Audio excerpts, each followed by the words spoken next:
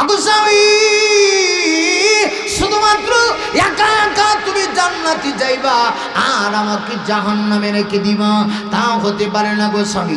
আমাকেও নামাজ পড়তে হবে, দুনিয়াতে কষ্ট করে তোমার সঙ্গে জীবনটা যাপন করব, অপেক্ষা করছি আল্লাহ তৈরি জান্নাতে গিয়া স্বামী আর স্ত্রী দুইজনে মিলে একসঙ্গে আনন্দ করব। স্বামী গো, নামাজে যায়েন, কিন্তু আপনি একা নামাজটা পড়েন না, দৌড়ায় চলে আসবেন, আমার দেখে তো কোনো কাপড় নেই। ইয়া রাসূলুল্লাহ, এজন্যই তো আপনার পিছনে নামাজ পড়ার জন্য মসজিদে যাই। সকল সাহাবীরা নামাজটা শেষ করে গো নবী আপনার দরবারে বসে থাকে, আপনার চেহারার দিকে তাকায়া থাকে। তাকাবে না কেন গো নবী? মাঝে মাঝে এমন হয়, একদিন, দুই দিন, তিন দিন যায়, পেটের খোদায় যখন অস্থির হয়ে যায়, আপনার চেহারা দিকে তাকাইতে দেরি হয়ে গো নবী, আল্লাহর কসম করে বলি, পেটের খোদা নিবারণ হতে দেরি হয় না। আল্লাহু আকবার, জুড়ে বলি আল্লাহু আকবার।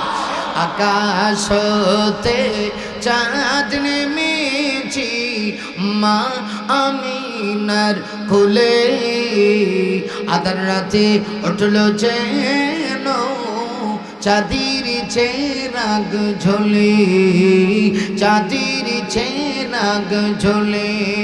আকাশ হতে চাঁদ নেমেছি মা আমিনার কোলে, আধার রাতে উঠল যেন চাঁদের চেরাগ ঝোলে, চাঁদের চেরাগ ঝোলে। গুলশানে বুলবুলিরা গাইছে শিরিন কালাম, তমাম জাহান নবীর তোরে, তমাম জাহান নবীর তোরে জানাই লাখো সালাম, জানাই লাখো সালাম। আকাশ হতে চাঁদ নেমেছি মা আমিনার কোলে, আধার রাতে উঠল যেন চাঁদের চেরাগ ঝোলে, চাঁদের চেরাগ ঝোলে। আল্লাহু আকবার। নবী গো, কি করব, কি করব গো নবী? তাই তো আপনার পিছনে নামাজ পড়ি, এক মুহূর্তের জন্য বসতে পারি না গো নবী। আমার স্ত্রী যে আমার জন্য অপেক্ষা করে, কি করব? তাই সালামটা ফিরাইতে দেরি হয়। সকল সাহাবীরা বসে থাকে, কান্না মন চায় আপনার চেহারার দিকে তাকাইতে, দৌড়ায় চলে আসি নবী গো। এজন্যই মনে হয় সাহাবীরা অভিযোগ দায়ের করছে। নবী যে মুহূর্তে কথা শুনেছেন, রহমতের নবী টপ টপ করে চোখের পানিগুলি ছেড়ে দিয়ে কান্না শুরু করছে। আল্লাহু আকবার শুনে বলে, আমার নবীজি কান্না শুরু করছে। শুধু কান্না করে তা না গো, আমার নবীজি দুইটা হাত বাড়ায় দিচ্ছে। আমার নবী দুই হাত বাড়ায় দিয়া কয়, আব্দুল্লাহ আমি বুঝতে পেরেছি রে আব্দুল্লাহ, আর বলতে হবে না। নবীজি আব্দুল্লাহকে বুকে জড়ায় নিলেন। আব্দুল্লাহকে বুকে জড়ায় নিয়া আবার নবীজি কপালের মধ্যে চুম্বন করে আর ডাক দিয়া কয়, আব্দুল্লাহ রে, যদি আজকে আমি কান্না করি, কিন্তু এটা দুঃখের কান্না না, আমি নবীর জন্য এটা সুখের কান্না। যারা শ্রী আব্দুল্লাহ এই নামাজ প্রতিষ্ঠার জন্য তাইফে গিয়েছিলাম, তাইফের মানুষগুলি আমাকে কত মাইন্না মানল রে। আমি মক্কা ছাইরা আমি যখন তাইফে গিয়েছি, ভাবছিলাম তাইফের লোকগুলির কাছে গিয়ে কলেমার দাওয়াত দিব, কিন্তু তাইফের লোকগুলি এত খারাপ আচরণ করলো। আমার নানার দেশে যাওয়ার পরে নিষ্ঠুর পাষাণের মতো ওরা ছোট ছোট বাচ্চাগুলিকে আমার পিছনে লাগায় দিল। আমি নবীর গায়ে ওই তাইফের দুষ্ট ছোট ছোট বাচ্চাগুলি বিষাক্ত পাথরের কণা দিয়ে যখন আঘাত করেছে, আবার নবীর দেহ মুবারক ফেটে রক্ত ঝরতে শুরু হয়ে গেছে। নবীজির পালক পুত্র হযরত যায়েদ ইবনে হারিসা রাদিয়াল্লাহু আনহু নবীজিকে ডেকে বলে, নবী গো, নবী, নবী, রক্ত আপনি জমিনে করতে দেন না, বারবার রক্ত কেন আপনি আপনার জুব্বা দিয়ে মুছেন? নবী তখন ডাক দেয়া কয়, যায়েদ, যায়েদ রে, যদি রক্ত জমিনে পড়ে যায় আবার আল্লাহ পরদাস্ত করবে না, উম্মতের উপরে গজব নাজিল করবে। দুই দিক থেকে দুইটা পাহাড়। হযরত জিবরিল এসে আমার নবী কি ডাক দেয়া কয়, নবী গো একটু অর্ডার দিন না, ওই তায়েফের দুই দিক থেকে দুই পাহাড় চাপিয়ে দিয়ে তায়েফবাসীকে আমি ধ্বংস করে দিই। নবীজি কান্না শুরু করছে, জিবরিল জিবরিল, উম্মত যদি ধ্বংস হয়ে যায় গো, আমি কার কাছে দিনের দাওয়াত নিয়ে যাব গো? কালেমার দাওয়াত নিয়ে আমি কার কাছে যাব? নারী জিবরিল, আমার উম্মতকে ধ্বংস করিও না। নবীজি তখন উম্মতের জন্য আমার নবীজি সিজদায় পড়ে কান্না শুরু করে দিলেন, আল্লাহুম্মা উম্মতি। এবার নবী জীবনে এমন কোন রাত নাই তাহাজ্জুদের নামাজে উম্মতের জন্য কান্না করে নাই। তাফসীরে কাবীরের ভিতরে লেখে হযরত আদম আলাইহিস সালাতু ওয়াস সালাম থেকে ঈসা নবী পর্যন্ত আমার আল্লাহ পৃথিবীতে যত নবী পাঠাইছে সকল নবীরা মিলে উম্মতের জন্য যে পরিমাণ না কান্না করছে, শুধুমাত্র আপনার আমার নবী সেই দিন মক্কা ছেড়ে মদিনায় যায় গো, এই দিন উম্মতের জন্য আর চাইতে বেশি কান্না করছে। কাবা শরীফের সামনে দিয়া আমার নবীজি চোখের পানি ছেড়ে দিয়া নবীজি কান্না শুরু করছে। নবী ডেকে ডেকে বলে, কাবা রে, ওরে কাবা, তোকে ছেড়ে যাইতে আমার মনটা চায় না, কিন্তু মক্কার মানুষগুলি এত খারাপ, আমাকে সকালবেলা কষ্ট দেয়, দুপুরে কষ্ট দেয়, রাত্রিবেলা কষ্ট দেয়, নবী হাঁটতে পারে না। কাবা শরীফের সামনে গিয়ে আমার নবীজি সিজদায় যখন যায়, মক্কার দুষ্ট কাফিরগুলি এত খারাপ, আরবের কাফিরগুলি আমার নবীজি ফিট মুবারকের উপরে পচা উঠির নারী বুড়িগুলি উঠায়া দেয়।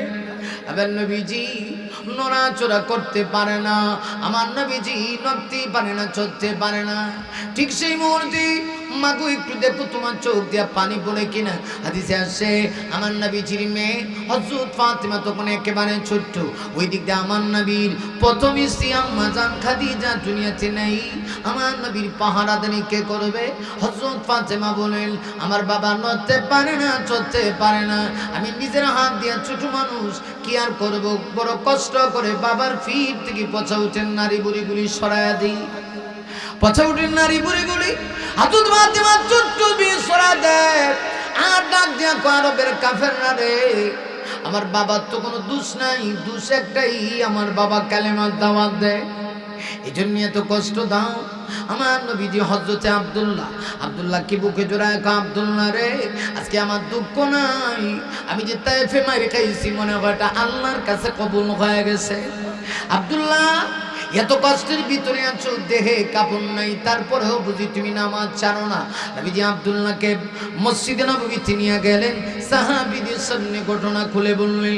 জানলে আমার নবীজি আব্দুল্লাহকে মসজিদের সামনে নিয়ে গেল গো, ঠিক সেই মুহূর্তে সাহাবায়ে কেরাম নবীর মুখ থেকে কথা শুনে হাউমাউ করে কান্না শুরু করছে। আব্দুল্লাহ রে কি ভাবছি, আর আব্দুল্লাহর কেন নামাজ? এইভাবে তাড়াতাড়ি করে আব্দুল্লাহ নামাজ পড়ে সাহাবীরা ডাক দেয়া কয়, নবী গো, আব্দুল্লাহ কষ্ট পাইছে, মাপ চাই গো।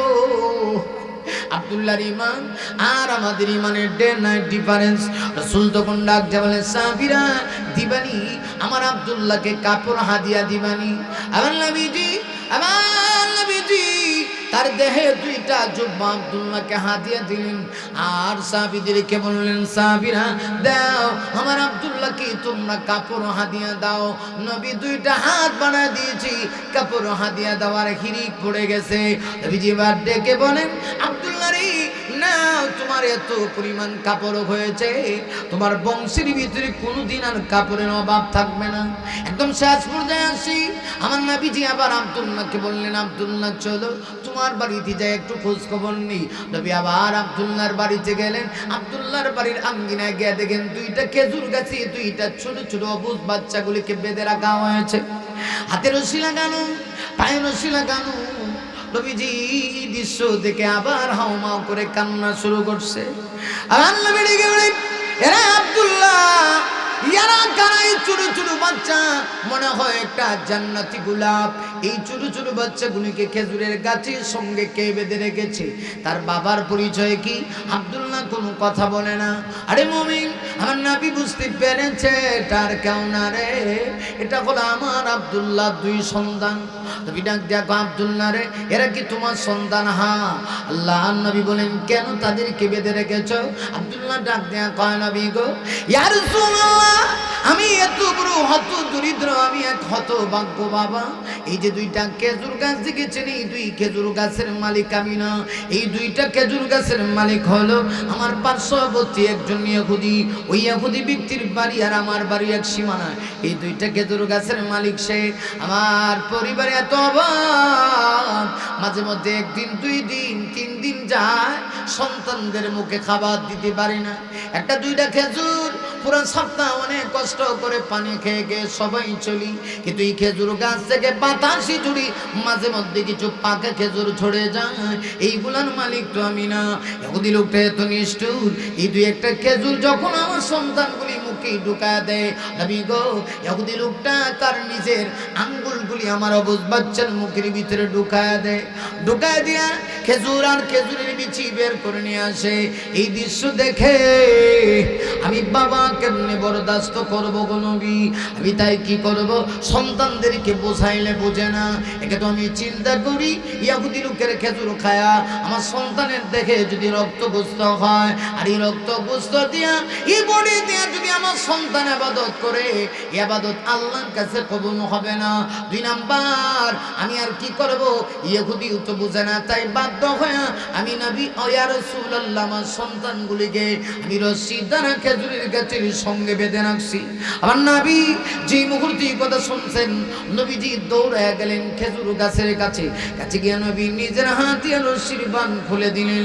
আর উপস্থিত সাহাবীদের ভিতরে আমার নবী ঘোষণা করে দিলেন, সাহাবীরা রে, তোমাদের ভিতরে এমন কি কেউ আছো? আমার আব্দুল্লাহ দুই অবু সন্তানকে দুইটা খেজুর গাছের মালিক বানায় দিবা। ইহুদির কাছ থেকে কিনে যদি মালিক বানায় দিতে পারো, আমি নবী ঘোষণা দিলাম, কিয়ামতের দিন তোমাকে জান্নাতে নিয়ে যাওয়ার জিম্মাদার আমি নবী হয়ে যাব। রাসূল বললেন, আসো কি কেউ আমার আব্দুল্লাহর এই দুই অবুজ বাচ্চাকে এই দুইটা খেজুর গাছ কিনে মালিক বানায় দিবা, দুনিয়াতে মালিক বানাবা, ময়দানে মেহাশরে আমি তোমাকে আল্লাহ তৈরি জান্নাতে নিয়ে যাওয়ার গ্র্যান্ডেড আমি আমি আমি আমি দায়িত্ব নিয়ে নিব। নবী যদি দায়িত্ব নেয় জান্নাতে নিয়ে যাওয়ার, আর জান্নাতে যাওয়া এটা কি অনিশ্চিত না নিশ্চিত? কে আসো, কে আসো, কে আসো? রাসূল যখন এই কথা বলেছেন, সাহাবী হযরত ওসমান গনি হাত উঠায় কয়, নবী গো, আমার জীবনের বিনিময়ে হইলেও আমি দুইটা খেজুর গাছ কিনে আব্দুল্লাহ দুই সন্তানকে মালিক বানায় দিতে চাই। দৌড়ায় গেছেন, আল্লাহু আকবার। ইহুদির কাছে গিয়ে কয়, ইহুদি, দুইটা খেজুর গাছ বিক্রি করবা? কয় হ্যাঁ। কেমনে? কয় একটার বদলা 70টা, একটার বদলা 70টা। আচ্ছা, এইটা যদি হযরত ওসমানের না কয়া উমর রে কইতো? কথা বুঝছেন না? শেষ কথা তো শেষ আমার ভাইরা। এই কথা যদি ওসমান রে না কয়া হযরত ওমর রে কইতো, তাহলে থাপ্পড় দিয়ে এই গালের দাঁত এই গালে বের করে লইতো। কিন্তু ওসমান বলি মুসকে হাসি দেয়, আরে আরে ইহুদি রে, নবী রে, মারাত্মক পর্যায়ে টকসস। দুইটার বদলে 140টা কেন? আমার জীবনের যত সম্পদ আছে সব যদি তুই চাইতি নবীকে খুশি করার জন্যে, সব দিয়াও আমি দুইটা খেজুর গাছ কিনে নিতাম, কিন্তু তুই তো টকসস। যা, বাগানে গেলেন, গিয়ে তাকে গনে গনে 140টা খেজুর গাছ তাকে দিয়া এই দুইটার মালিক হইয়া নবীর সামনে পেশ করলেন। ইয়া রাসূলুল্লাহ, এখন থেকে এই দুই খেজুর গাছের মালিক আপনার সাহাবী আব্দুল্লাহ দুই অবু সন্তান। রাসূল এত খুশি হইলেন, খুশি হয়ে বললেন, ওসমান, দুনিয়াতে মানুষ সম্পদ পাইয়া জাহান্নাম কিনে, আর তুমি সম্পদ পেয়ে আল্লাহ তৈরি জান্নাত কিনেছো। শুধু তা না, নবীজি এই দুই খেজুর গাছে তার মোবারক দুইটা হাত লাগাই দিয়া নবীজি বললেন, দেখো আব্দুল্লাহ, টেনশন করো না, আজকের পর থেকে তোমার বংশে খেজুর গাছে এত পরিমাণ খেজুর হবে যেগুলা বিক্রি করে তুমি চলবা, তোমার সন্তান চলবে, কিয়ামত পর্যন্ত তোমার বংশের লোকের আর অভাব হবে না। আল্লাহু আকবার। যেই খেজুর গাছে আমার নবীর হাত লাগছে, আপনারা কি করেন? এটাতে বরকত হয়েছে নি না হয়েছে না? আর অভাব ছিল না। তো যাই হোক, কথা এটাই, দেখেন সাহাবী দেহে কাপড় নাই, লজ্জাস্থান ঢাকার মতো কাপড় নাই, কিন্তু স্বামী স্ত্রী দুইজনে মিললে এরা নামাজ আদায় করে এক টুকরা কাপড় দিয়া। আর আমরা জান্নাতে যাইতাম চাই, আলমিরা বড়া কাপড়, কিন্তু নামাজ পড়ার মতো কাপড় নাই। জান্নাতে যাইতো কা? জান্নাতে তো সোজা। তাই বলছিলাম জাহান্নামীরা বলবে কয়টা কারণে জানি জাহান্নামে এসি? 4টা। প্রথম কারণ কি? নামাজ পড়া না সারা? সারা। তাহলে কি আপনারা কি ছাড়বেন না পড়বেন? কথা বলেন, ছাড়বেন না পড়বেন? আল্লাহ আমাদেরকে কবুল করুন, আমিন।